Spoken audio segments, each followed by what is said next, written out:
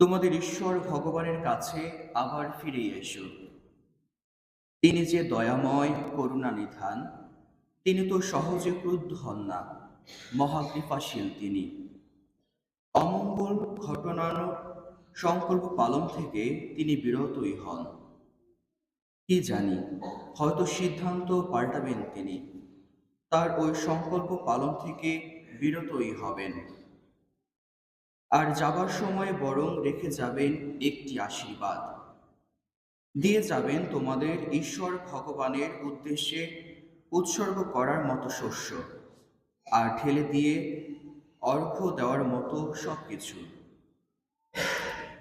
তোমরা এখন সিয়ন নগরীতে বিশ্রাম বাজাও, পবিত্র উপবাস পালনের আদেশ জারি করো, এক মহাসমাবেশ আহ্বান করো, জনগণকে সমবেত করো, ভক্তমণ্ডলীর জন্যে শুদ্ধি ক্রিয়ার আয়োজন করো, বৃদ্ধদের একত্র করো, শিশুদের, এমনকি কোলের শিশুদেরও জড়ো করে আনো। বর বাসর থেকে ছেড়ে চলে আসুক, বধূ বিবাহ মণ্ডপ থেকে বেরিয়ে আসুক। প্রবেশ গৃহ ও বেদির মাঝখানে দাঁড়িয়ে ভগবানের সমবেত ওই যাজকেরা চোখের জল ফেলুক, বলুক তারা, ওগো ভগবান, তোমার আপন জাতির মানুষদের রেহাই দাও। যারা তোমারই, তাদের তুমি মানুষদের নিন্দা ভাজন করে তোলো না। বিজাতীয়দের কাছে তাদের করে তুলো না অপযশের নামান্তর। দেশে দেশান্তরে লোকে কেনই বা বলবে এই কথা, কোথায় গেল ওদের ঈশ্বর? তখন ভগবান তার এই আপন দেশের মঙ্গল কামনায় ব্যাকুল হলেন। তার আপন জাতির মানুষদের করলেন তিনি দয়া। প্রভুর বাণী। আমরা যে পাপী, দয়া করো প্রভু, দয়া করো।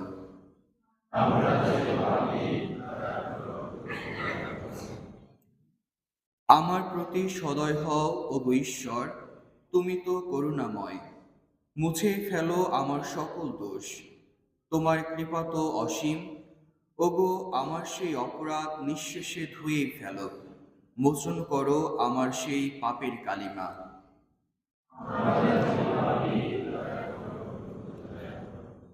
আমার দোষ, আমার ত্রুটি স্বীকার করি আমি। আমার সেই পাপের কথা স্মরণে আমার রয়েছে অনুক্ষণ। তোমারই কাছে ওগো, একমাত্র তোমারই কাছে পাপ করেছি আমি। তোমার চোখে যা অন্যায়, তাই তো করেছি আমি।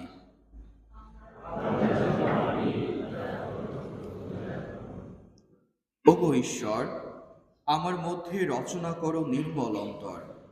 এখন এক সুদৃঢ় প্রাণবক্ষে আমার নতুন করে জাগিয়ে তোলো তুমি। ওগো, তোমার সামনে থেকে আমায় তুমি ঠেলে দিও না দূরে, অন্তর থেকে ফিরিয়ে নিও না তোমার পূর্ণ প্রেরণা।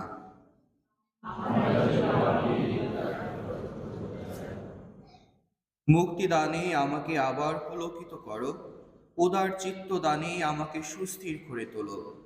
হে প্রভু, এখন অবারিত করো আমার ওষ্ঠাধর, আমার মুখ গেয়ে উঠুক তোমার স্তুতিগান।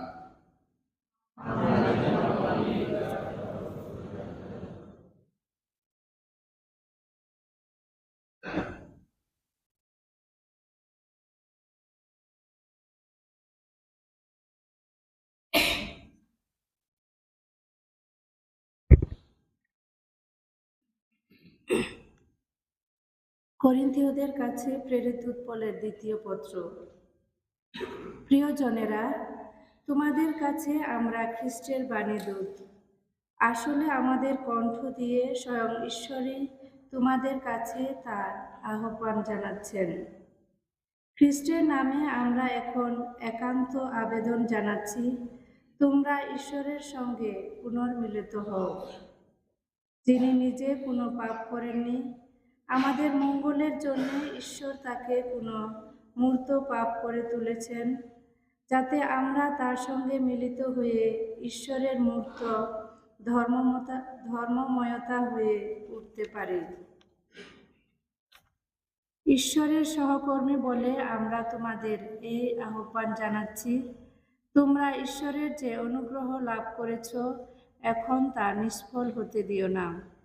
কারণ শাস্ত্রে তিনি এই কথা বলেন, অনুগ্রহ দানের সময়ে তোমরা তোমার ডাকে সাড়া দিয়েছে, আমি পরিত্রাণের দিনে তোমার সহায় হয়েছি।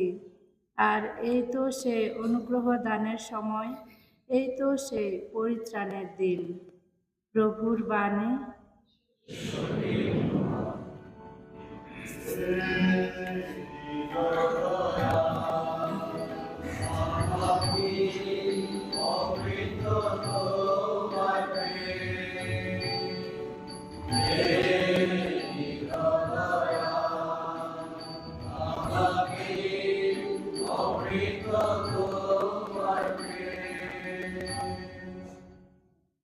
প্রভু যীশু পরমেশ্বরের শাশ্বত বাণী, ধন্য তুমি।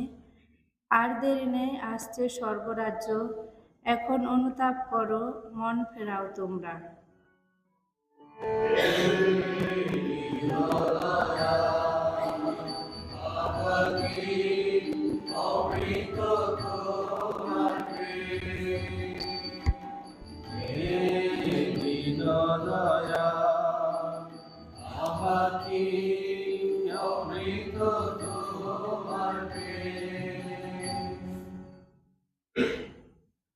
প্রভু আপনাদের সহায় থাকুন। মথি অনুসারে পবিত্র মঙ্গল সমাচার।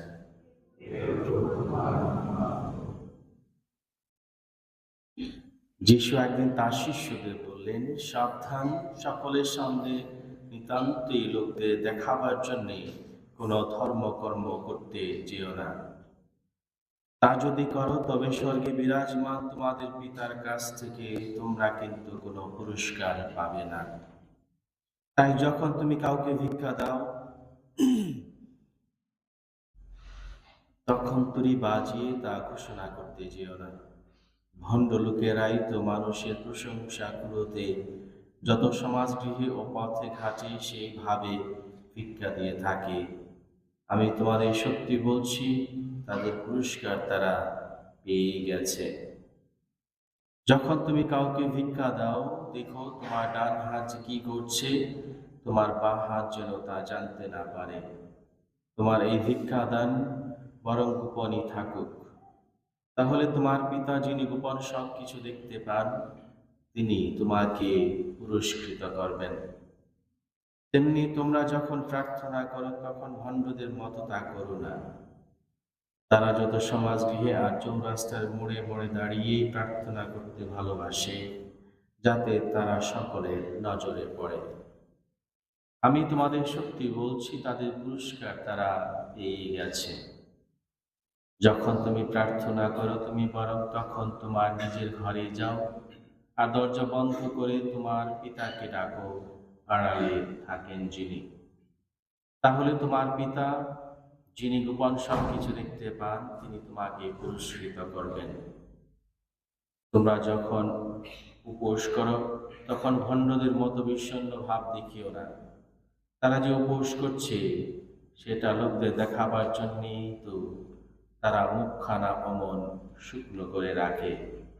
আমি তোমাদের সত্যি বলছি, তাদের পুরস্কার তারা পেয়ে গেছে।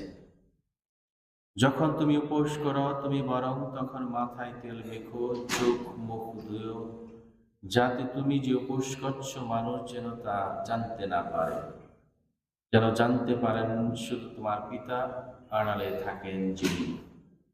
তাহলে তোমার পিতা যিনি গোপন সব কিছু দেখতে পান, তিনি তোমাকে পুরস্কৃত করবেন। প্রভুর মঙ্গল সমাচার।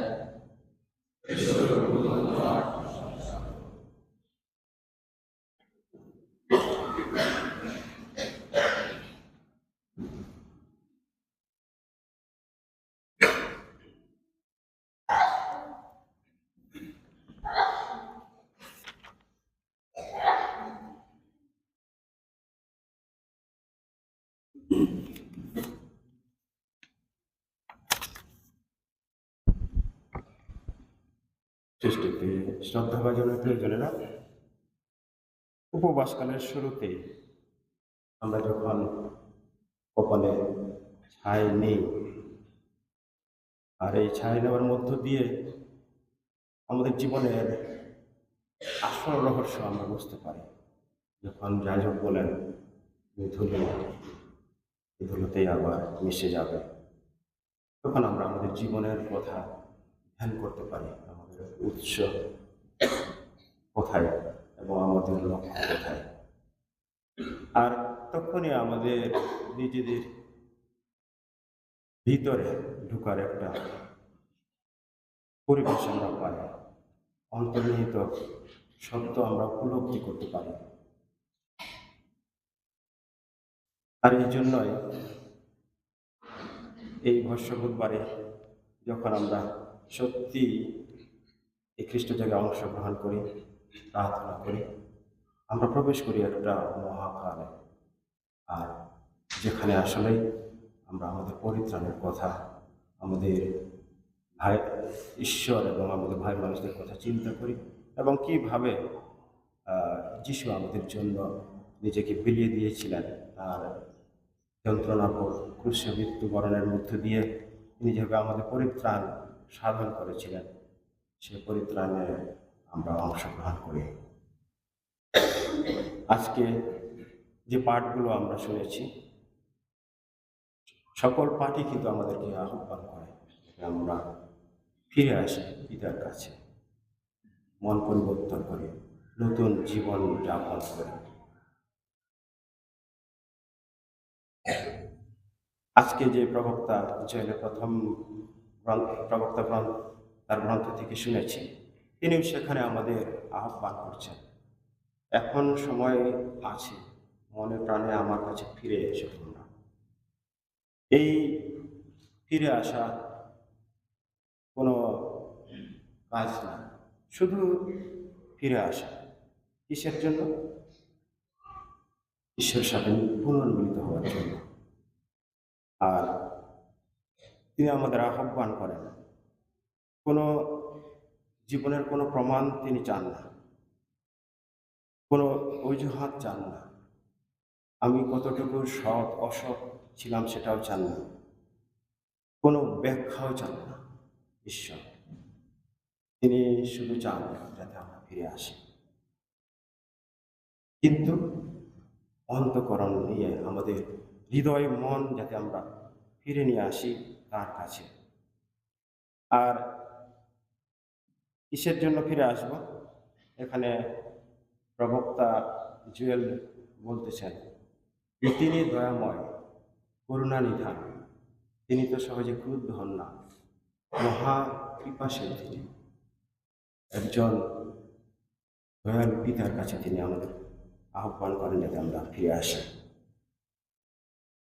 এই ফিরে আসা শুধু দুঃখ করা না, এই ফিরে আসা পরিবর্তিত হয়ে ফিরে আসা, জীবন যাপন, মূল্যবোধ সমস্ত কিছুতে যাতে আমি পরিবর্তিত হয়ে ফিরে আসি। আজকের এই পাঠে আমরা দেখি যে প্রবক্তা জুয়েল আমাদের আহ্বান করেন, হৃদয়টা ছিঁড়ে ফেলো, পোশাকটা নয়। বাইবেলের দৃষ্টিতে আমরা দেখি যে এই পোশাক ছিঁড়ে ফেলা ছিল একটা অনুতাপের বিষয়, বিশেষভাবে রাজাবলীর 2য় গ্রন্থে আমরা সেটা দেখি। কিন্তু ঈশ্বর চান না বাইরের এই পোশাকটা আমরা ছিঁড়ে ফেলি, কিন্তু অন্তরে আমার যা আছে সেটা যাতে পরিবর্তন করি। ঈশ্বর চান না বাইরের বাহ্যিকতা, খুব প্রার্থনা করছি, খুব এটা সেটা করছি, ধর্মীয় জীবন যাপন করছি, কিন্তু অন্তর শূন্য থাকতে পারে, ভিতরে কিছুই না থাকতে পারে।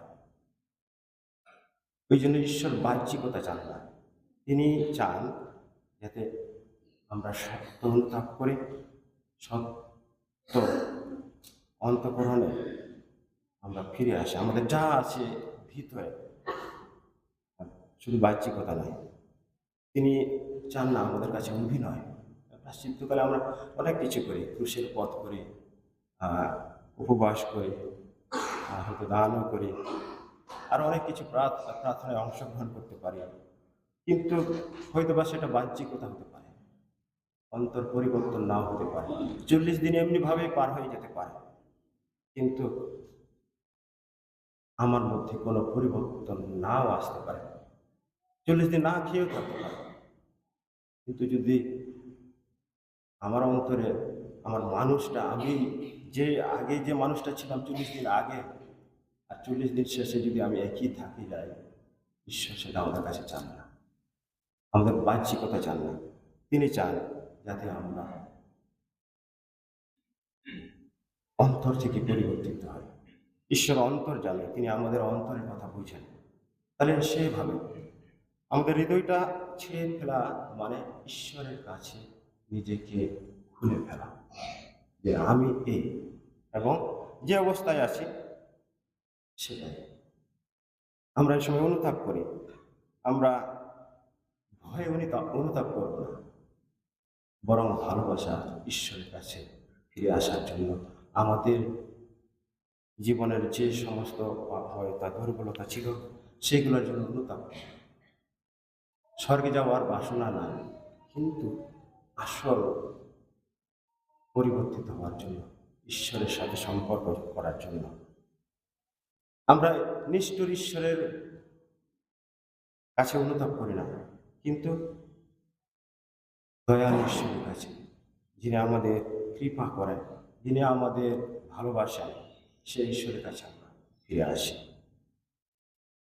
সাধু আগস্টিন তিনি বুঝতে পেরেছিলেন, পাপ হলো না যে আমি মণ্ডলের কিছু আজ্ঞা পালন অমান্য করেছি, আমার বিবেকের বিরুদ্ধে গেছি, এই সমস্ত কিছু আসলে অবশ্যই আমরা ভাঙি এবং পাপ করি, কিন্তু তিনি আরও বলেন যে আমি যখন আমার আনন্দের জন্য, আমার অহমিকার জন্য, আমার উচ্চাকাঙ্ক্ষার জন্য আমি যখন ঈশ্বরের কাছ থেকে দূরে যাই, আমি যখন আমার রিপুর তাড়নায় সেগুলোর পিছনে ছুটি এবং ঈশ্বরের কাছ থেকে দূরে যাই, সেটাই আমাদের পাপ। আর তিনি পরে বুঝতে পেরেছিলেন, তিনি প্রার্থনা করেছেন, ঈশ্বর তুমি আমার সঙ্গে ছিলে, কিন্তু আমি তোমার কাছ থেকে দূরে সরে গিয়েছিলাম। এই প্রায়শ্চিত্তকালে এটাই অনুধাবন করার বিষয়, যে আমরা সারা বছরটিতে আমাদের জীবন যাপনে কতবার আমরা ঈশ্বরের কাছ থেকে দূরে গেছি। এই জন্যই আজকে আমাদের প্রবক্তা জয়েলে প্রথম পাঠে আমাদের আহ্বান করছেন যে আমরা যাতে ফিরে আসি, মনে প্রাণে ফিরে আসি, এবং তিনি বলছেন উপবাস করো, চোখের জল ফেলো, বিলাপ করতে করতে ঈশ্বরের কাছে ফিরে আসার আহ্বান করেন। এই প্রায়শ্চিত্তকাল আসলে আমাদের জীবন রূপান্তর করার সময়, জীবন পরিবর্তন করার সময়। এই উপবাসকাল আমাদের নিজেদের দোষারোপ করার সময় না, যে আমরা এই করেছি ওই করেছি, দোষ করতে না, বরং এই উপবাস কাল হলো অনুগ্রহ লাভের সময়। যখন আমি বুঝতে পারি যে আসলে ঈশ্বর কত দয়ালু, এবং তার দয়া করুণা আমার জীবনে আশার সঞ্চার করে। এই উপবাস কালটিতে আসলে অনেক সময় আমরা আমাদের জীবনের এই সমস্ত পাপের জন্য দুঃখ অনুতাপ করি, কিন্তু আমরা ভুলে যাই যে সত্য ঈশ্বর, ভালোবাসার ঈশ্বর কাছে তাঁর হৃদয়ে আমাদের জায়গা রয়েছে। আমরা যখন তার হৃদয় থেকে দূরে যাই, তার হৃদয় খান খান করে শূন্যতায় ভুগে। আর এই সেই সময় যখন আমরা তার কাছে ফিরে আসি অনেক আশা নিয়ে, ভালোবাসা নিয়ে। আর এই জন্যই আজকের দ্বিতীয় পাঠে সাধু পল আমাদেরকে বলছেন, যে আহ্বান করছেন, তোমরা ঈশ্বরের সঙ্গে পুনর্মিলিত হও, যিনি নিজে কোনো পাপ করেনি। এই পুনর্মিলন যেটা আমরা ভেঙেছি, তার সাথে সম্পর্ক, ভেঙেছি নিজের সাথে সম্পর্ক, ভেঙেছি অন্যের সাথে সম্পর্ক। আজকে সাধু পাল আমাদেরকে আহ্বান করছেন, এখনই সে সুযোগ, এখনই সেই অনুগ্রহের সময়, যখন আমরা একটা সুন্দর সুযোগ পেয়েছি, যখন আমরা পুনর্মিলিত হতে পারি ঈশ্বরের সাথে, নিজের সাথে এবং পরস্পরের সাথে। এটা অনুগ্রহ লাভের সময়, আমরা যাতে সেই সুযোগ গ্রহণ করি। মঙ্গল সমাচারে আমরা দেখেছি যে 3টি বিষয় বিশেষভাবে আমাদেরকে আহ্বান করা হয় এই প্রায়শ্চিত্তকালে। একদিকে প্রার্থনা, দান এবং উপবাস। আমরা যদি খ্রিস্ট বিশ্বাসী হিসাবে চিন্তা করি, এটা আমাদের কোনো অপশন না করলেও পারে, বরং সহায়ক। এই উপবাস কালটিতে একদিকে অবশ্যই আমরা বেশি প্রার্থনা করি, ক্রুশের পর বিভিন্ন প্রার্থনা অনুষ্ঠানে আমরা যোগদান করি, নিজের সাথে নিজেও সময় করে যিশুর সাথে সময় কাটাতে পারি।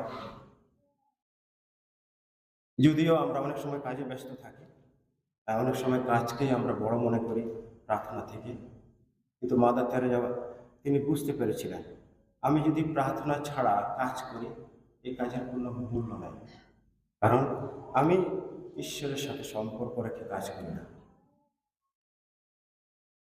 এই জন্য আমাদের জীবনে এই 3টা কোনোভাবেই আমরা অপশন মনে করতে পারি না, কিন্তু অপরিহার্য, বিশেষভাবে এই খ্রিস্টের জীবনে এবং এই প্রায়শ্চিত্তকালে আমরা সুযোগ পাই বেশি করে প্রার্থনা করার জন্য।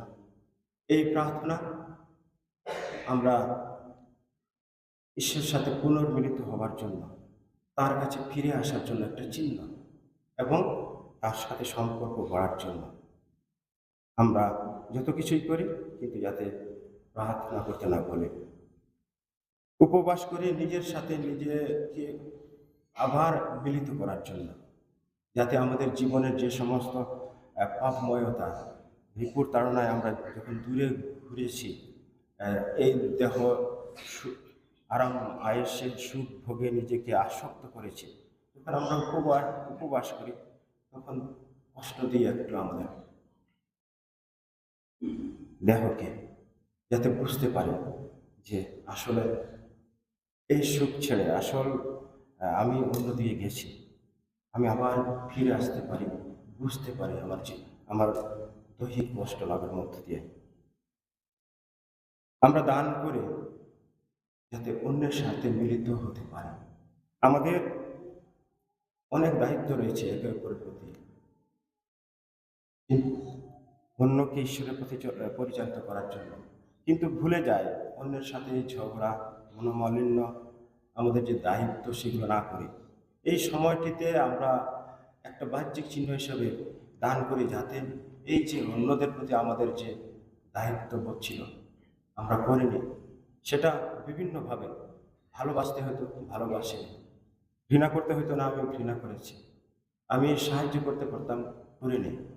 এই সুযোগটা নেই এই প্রায়শ্চিত্তকালে, যাতে আসলে আমি আমার যে দায়িত্ব ছিল অন্যের প্রতি, তাদের সাথে মিলিত হবে, ভালোবাসার চিহ্ন হিসাবে কিছু দিই, নিজেকে রিক্ত করি, যে এইভাবেই কিন্তু আমাদের দায়িত্ব পালন করতে পারি। এই প্রায়শ্চিত্তকাল আসলে অনেক সময় আমরা রুক্ষ সূক্ষ্ম অন্যভাবে আমরা দেখি, যখন দেখি সামনে যিশুর কাটার মুকুট, ক্রুশে গাঁথা দুঃখের সময় মনে করি, কিন্তু আমাদের খ্রিস্ট বিশ্বাসীদের প্রত্যেকের জন্য এই সময় অনুগ্রহের সময়, আশীর্বাদের সময়, যখন আসলে আমরা পিতার কাছে ফিরে আসি, একে অন্যের সাথে মিলিত হই এবং স্বর্গ রচনা করি। এই সুন্দর সুযোগ, এই 40টি দিন আমরা প্রার্থনা করি, যাতে সত্যিকারভাবে আমরা ঈশ্বরের সাথে মিলিত হতে পারি, পরস্পরের সাথে মিলিত হতে পারি, এবং ঈশ্বর যে অনুগ্রহ আমাদের দান করেন, তার পুত্র আমাদের প্রভু যীশু খ্রিস্টের মৃত্যু পুনরুত্থানের কথা যখন ধ্যান করি, সেই অনুগ্রহ লাভ করি, আধ্যাত্মিকভাবে বেড়ে উঠি এবং স্বর্গে যাওয়ার যোগ্য হয়ে উঠি।